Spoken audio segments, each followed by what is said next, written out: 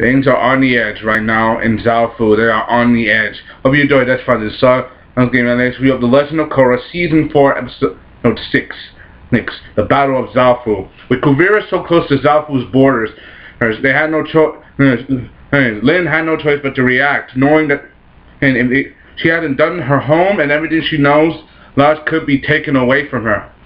And then you have Korra herself. She knows she has to stop this before she can make a move. And Lin, she went in with her 2 sons, yet it didn't work.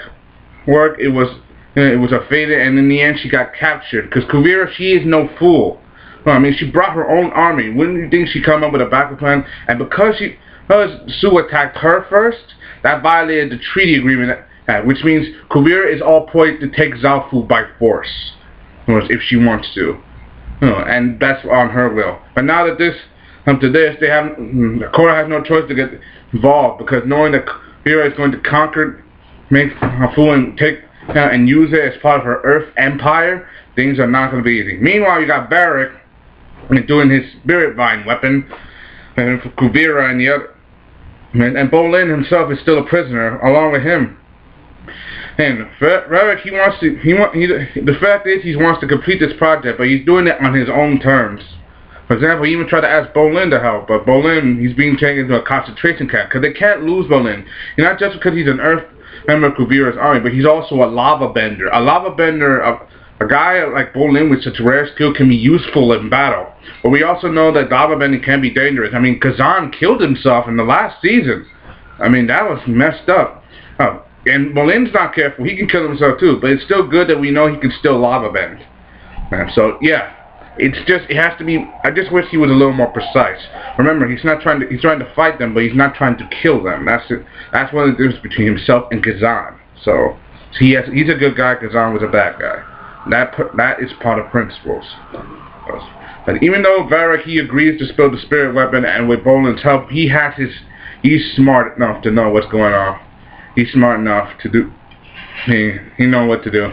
Meanwhile, with Kuvira so close to the border, Korra has no choice but to get in the fight.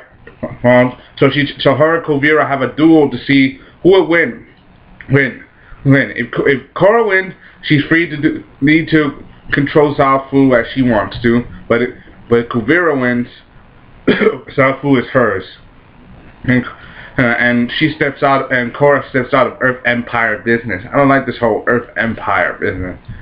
And that's just, and things right now are on the edge. Everybody's on the edge. Korra, even though she agrees to the fight, she knows she has to keep calm and control. Even though she hasn't fought in a while, but she's still the Avatar. She has a responsibility to restore balance. And Kuvira is trying to set things out of balance.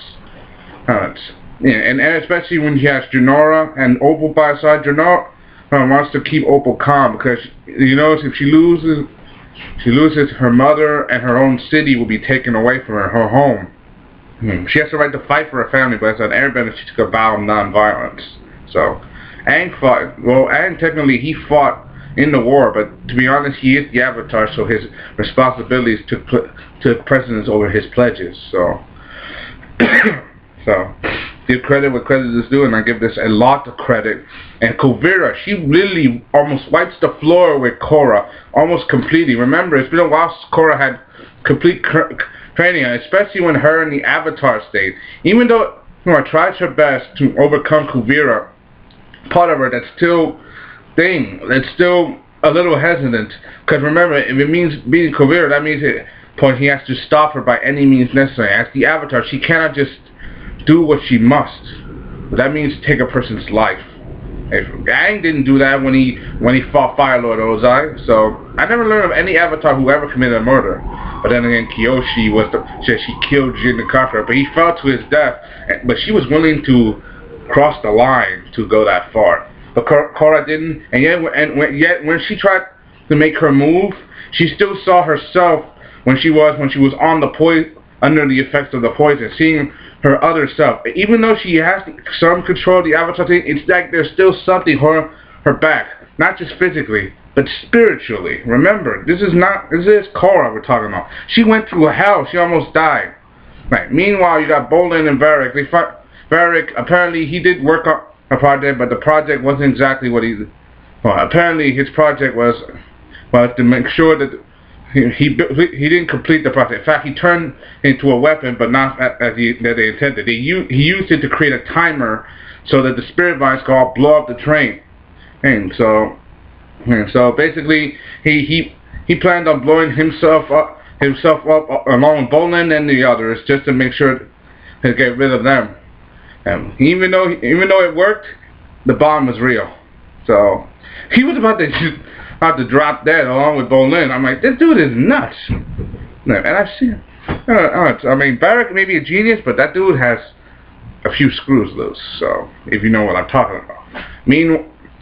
And even though it worked, they faked their death. The only reason why they were alive is because Bolin saw the hatch on the ground and managed to save their by digging themselves underneath the ground before the train exploded. And that was a huge explosion. And the sound from the spirit vine explosion, from that energy, kind of reminded me of the way of the fight when Korra and Avatar 1 fought against this Zaofu. You know when his body went purple and he did that spirit blast attack? Like, it's the same thing, like an energy blast. And it kind of makes sense.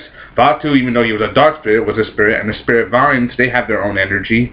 It's the same concept. And so, and the destruction that you saw from this weapon, if these spirit vines are capable of this amount of destruction, they will be a mighty weapon to be contended with. And the fact that Korra is working on this technology means she's preparing not just to conquer the Earth King, the entire Earth Kingdom, the Earth Empire, whatever. She's going out for the entire world, and this is not a good thing. And then, but we now back to Zaofu with Korra losing and about to be taken down by Korra and Oppo and Jinora. They stepped up and they helped, but because they interfered in the duel, now Korra is on point to take Zaofu, and it's Jinora who calls for help using her aura, her astral projection. She calls for help. Well, she does that, and things are right now on the edge. It's for them. Things are not as easy for them as they expected. Now that they retreated. Korra's gone. They have no choice. Korra has taken over Zaofu. She agreed to let if the citizens pledged their loyalty to her, she would treat them fairly. If any traitors, she would throw them in prison. She even threw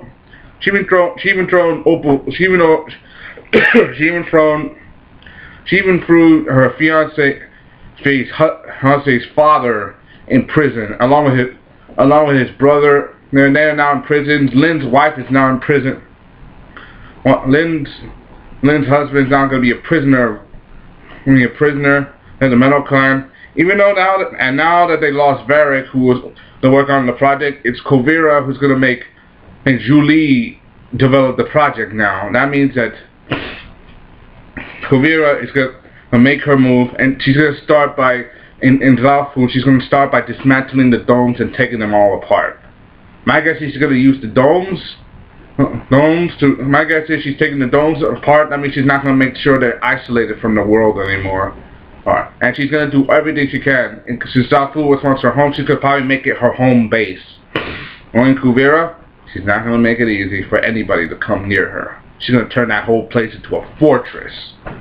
And with her army by her side, definitely. Hope you enjoyed. Thanks for watching. This is Sellavin Adams. Sorry for taking so long with this review, and sorry for coming a little late. I've been a little distracted in the brain. And then also I apologize for last weekend for not making the Sailor Moon crystal thing and Sword Art Online. Like I said before, and I say it again, family emergency. Hope you enjoyed this. Comment, subscribe. Signing off.